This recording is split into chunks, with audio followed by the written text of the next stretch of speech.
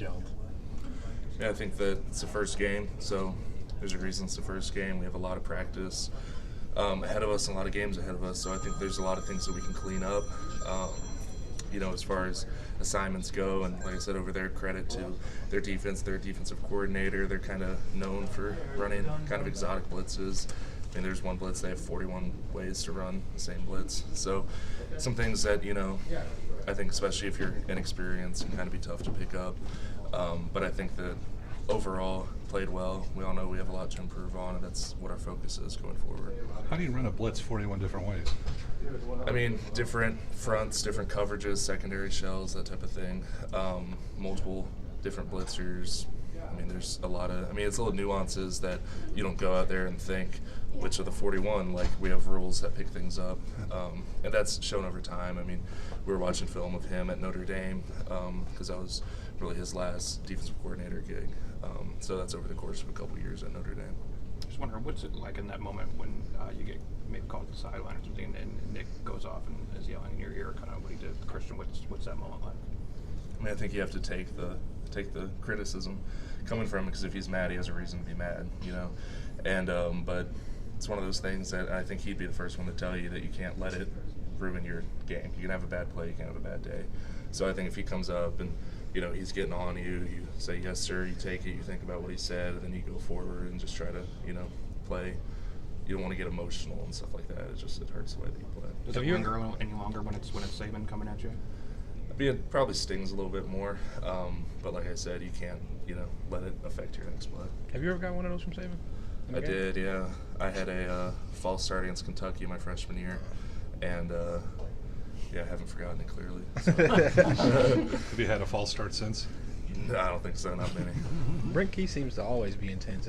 What's his demeanor like in the games compared to practice, or is it the same? He's actually, and he kind of points this out about himself, is that he's a lot more calm and cerebral during the game. I think that in practice, he's keeping the tempo high, he's keeping us moving fast and stuff. But in the game, we go over there on the bench and we sit down, and he'll have all the plays that we just ran in that series, and he'll go through each one and he'll ask, he asks the center, what front did we see?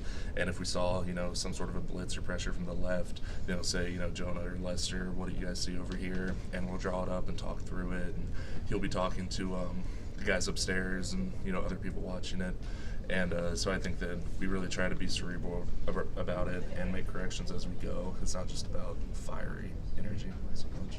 I know you're not paying attention to this during the game, but do you think is one or two of his strengths kind of spreading the ball around, making the quick decisions, getting the ball to the right guy? Because last year, Calvin had so many catches, but you seem to spread them around a little bit more. Yeah, I mean, that's the way that it goes for quarterbacks, is you have a progression, and on different plays you have different progressions, and you kind of have to, make different checks. And if they're playing middle field open, you have different reads than if they're playing middle field close, and things like that as a quarterback that you have to be, aware of. And I think that it did a good job of that. It feels like every time I look down the field, there's a different guy with the ball. And we have so many talented guys across the board that it's good to see, a lot of people getting in on the action. Tua was able to avoid pressure by some of those spin moves and stuff like that. How aware of you and how long do you have to block sometimes when he can be in the backfield kind of spinning out of tackles or pressure?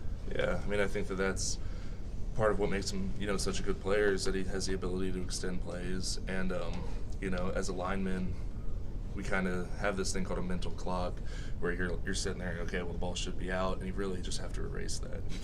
You can't stop blocking after any point. So a lot of the times, as a tackle, I'm blocking my guy, I try to set a depth of the pocket, and at some point usually they'll try to spin back inside or something like that, so they don't get ran upfield by the quarterback and open up that B guy for him to run out of. So I think that a lot of times I'm blocking him and I see the defender go somewhere that he shouldn't go if Tua's set up there, so I know that he's doing, something, creating, an opening or making someone miss or something like that. So it's exciting as an offensive lineman. I'm never going to complain about a quarterback making plays, even if I have to block for 45 seconds. How good is Josh Jacobs?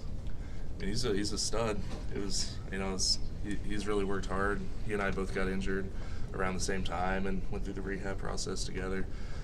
And so it was great to see him out there, literally hitting the field running, coming out with that kickoff return and a couple of the other big plays he made on offense. He's just, he's a good guy, good player. It's good to see him have success. You talk about Tua spinning and doing that kind of turn. Is it something you have to be aware of? Is that outside when you're blocking to not get in his way if he's getting to the outside like that? I think so. I mean, generally my job is to stay between the defender and the quarterback, so you have to feel where the defender's going, and react to it and adjust. And I think that Tua has a good feel for the field and knows when he can't slip out or, try to get out the front of the pocket or something like that.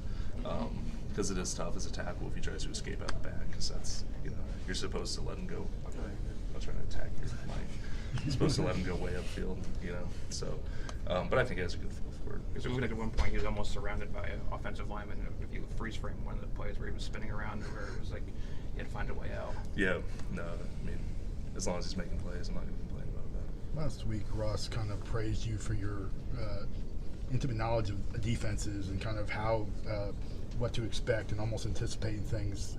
Just how much do you know about the other team's defense and what's your knowledge base of just defenses in general? Could you call some defensive plays, you think?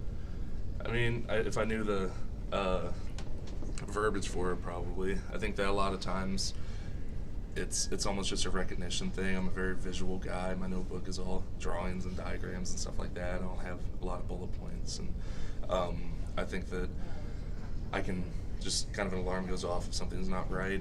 We had that play, where Tua ran off the left side in the end zone, and I noticed that the end is usually outside of the tight end. He was head up on the tight end. The backer was a little bit plus over. So we made a call where we can exchange those blocks, knowing the DN's going inside and linebacker's scraping over the top. And I made that call to Irv. He went up and covered the guy up, and just that type of thing where it's like I probably couldn't tell you what they would call that, but I can just recognize that something's not right about this with the alignment of the defense. And so that's kind of where I try to.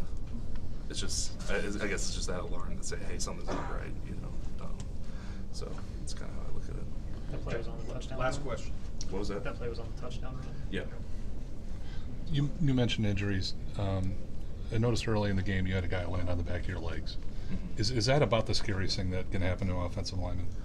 I think so. I mean, that's what I got hurt on in the national championship game, and that's something that comes along with the game. And if you think about that, then you're going to play slow. You're going to start playing worried, so you really can't think about it. I've started 30 games now and only gotten hurt in 1.5, so it's really not like something you can think about that much, because you start playing tentative. So you just have to go out there and play hard, and trust that generally you're going to be all right. Thanks, John. Thank you.